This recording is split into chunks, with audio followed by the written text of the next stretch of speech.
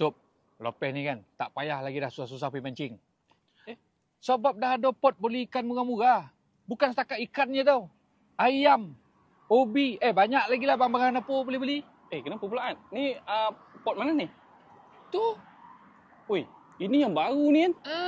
Baru. Jom kita pergi. Jom. Sini je kita boleh dapatkan ikan RM1, ayam RM1.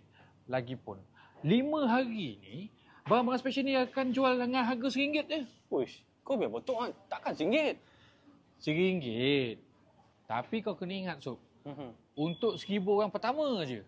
Kalau lambat, Sob, habis. Oh, kalau macam tu aku ingat aku nak tulis sini lah kan. Aku nak jadi orang yang 1,000 tawal tu. Kau macam tak ada anak bini pula. Tak adalah, Kang tak dapat tu 1,000 yang tawal tu. Kau nak jadi orang pertama datang sini kan? Betul? Tempat kau tu aku dah sediakan dah. Weh, bantal ni dah ada.